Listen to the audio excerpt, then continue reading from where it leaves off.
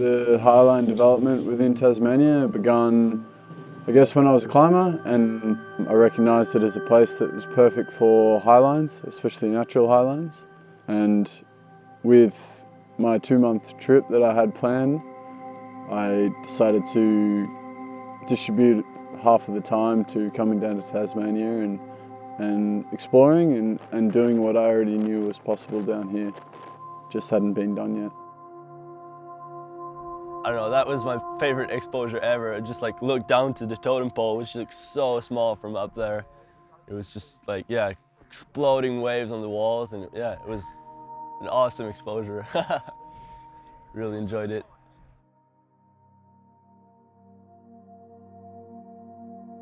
Slacklining for me is, I'd say, a lifestyle. Basically, highlining is a lifestyle overall, but it's like, I don't know, it's all the community aspect of it that I really like, that makes it different from all the other sports. It's like, it's a really tight family all over the world. Like anywhere you get, it's like, I don't know, it's a big family. Like we're 6, 7 on the crew right now, and we all didn't know each other before, and it's like, if we always have been together, it's really great vibe. I'd say slacklining in general, it's it's a sort of moving meditation that on the highlands gets really deep, and that's what I like the most about it. Just get the mental emptiness and just do what you gotta do.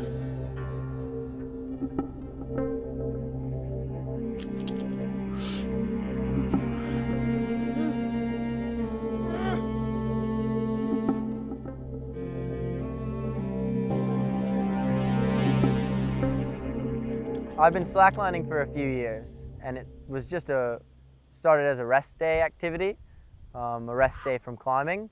So yeah, it was just something we did when we needed to take a break from climbing. And it was actually Max, Silver, and Rio Zhang in China who put me on my first highline, and that just changed my whole perspective on shit.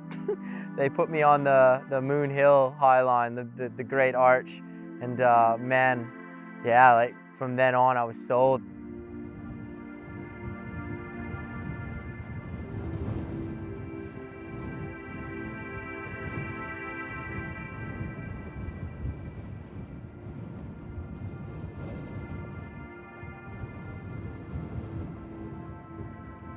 The crux of the candlestick is the swim.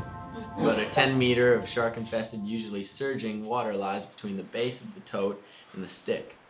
Send someone else into the water, but first give them an end of the rope so they can rig up a Tyrolean. Fuck, man, it's gonna be such an adventure, hey, like, from start to finish, man, like, Jesus Christ.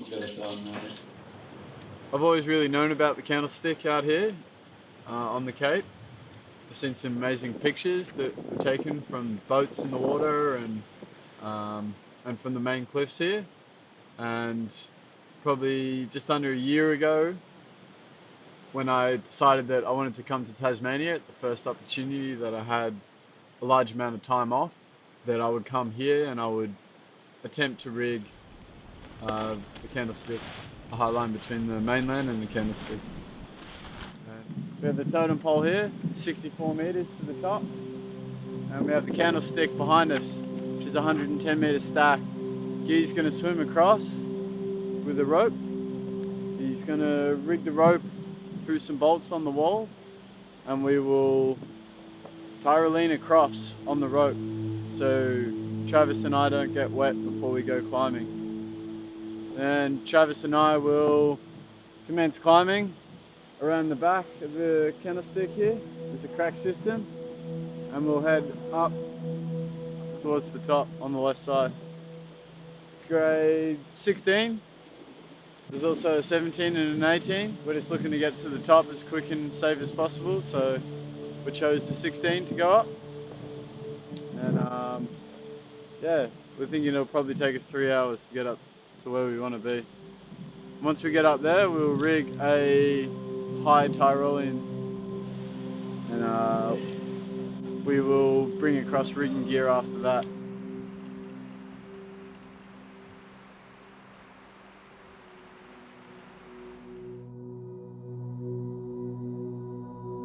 find a solid boulder. It might be quite hard to find, but we'll look out for some good potential highline anchor. Then on this side here, we already found a really good boulder that we could probably naturally back up, and yeah. Gonna find our anchors first and then cross the line and hopefully highline today.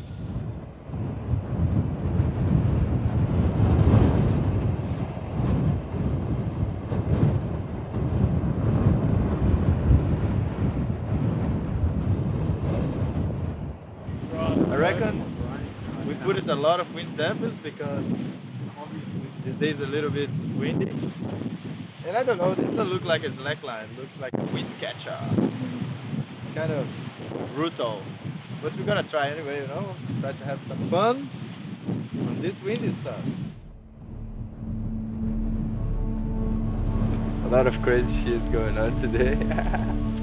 Walking in some highline, some tie rolling to the totem pole summit. It's a magical day. We just have to tame the beast. Calm the monster.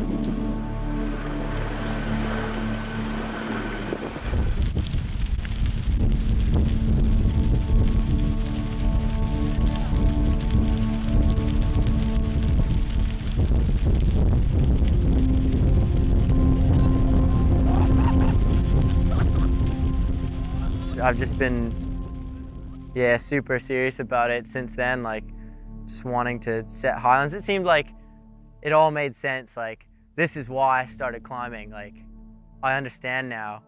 I started climbing so that I could climb to rig awesome highlines.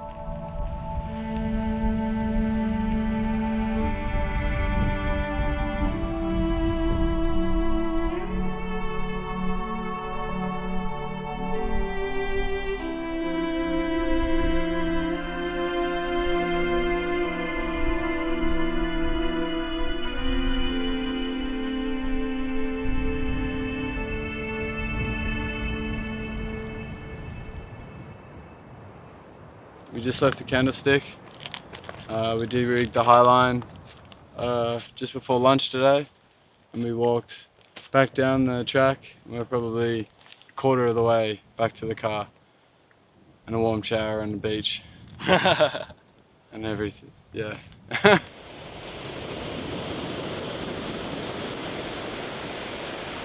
We came, we kind of almost conquered, got shut down by the wind, and then that's all right. Had an adventure, and here we are. It was the best highline I've ever walked on.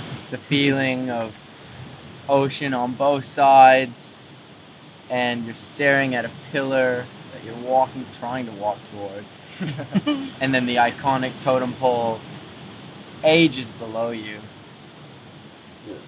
That's Pretty special. Seals swimming under the line. yeah. Good. Tying in to climb the candlestick and having this seal playing around and bouncing around and checking me out. That was Pretty rad. another really awesome moment for this Canadian boy.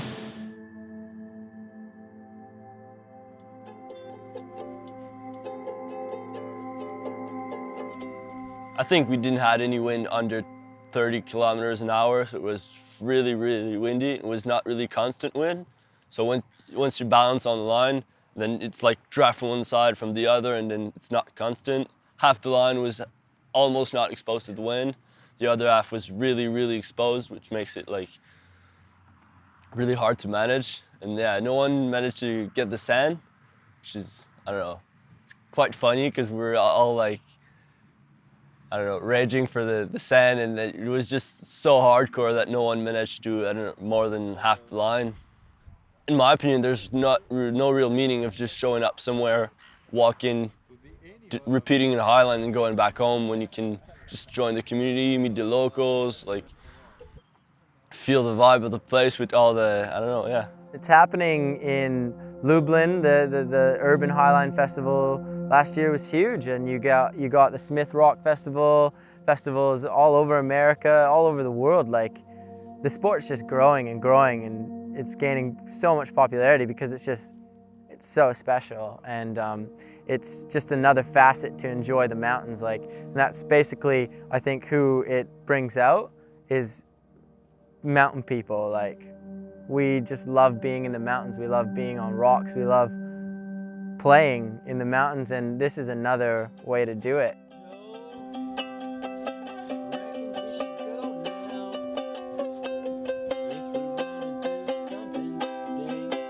We're putting together a little unofficial festival for highliners, and that it's happening on this date and this location. Come if you can.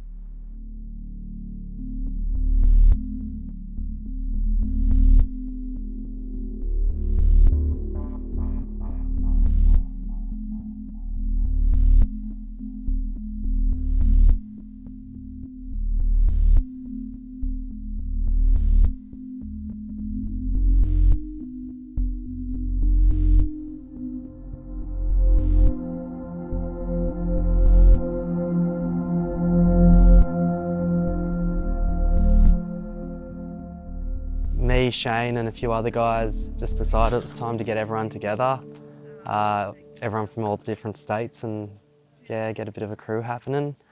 We chose the Blue Mountains because it's our home kind of thing. It's our regular highline spot. It's one of the only places where we could have so many lines set up in such a close vicinity, and still have like really short and really long lines. So it's kind of the perfect spot. And yeah, Blue Mountains is just an awesome place to hang out. Ages. So nice. Stop rocking the camera, man. Oh! Fuck yeah! I also got Oh, bummer sleeve. Sweet. Maybe we should. this line here, rigged on double type 18, is about 40 meters. Then behind you here, another line rigged on double type 18 goes at 60 meters in length. And the one behind you there that the slackliner's on, that's rigged on bloodline with rope backup, and that's about 30 meters in length. And then there's a short little one there, bloodline with rope backup, that's, I guess, 10 meters. Yeah, so we've got a decent selection here, and then over on the other side, I'm not exactly sure what they've rigged over there yet, but more options. And what's next to rig on this area? What's next to rig will be the 90 meter to that red nose.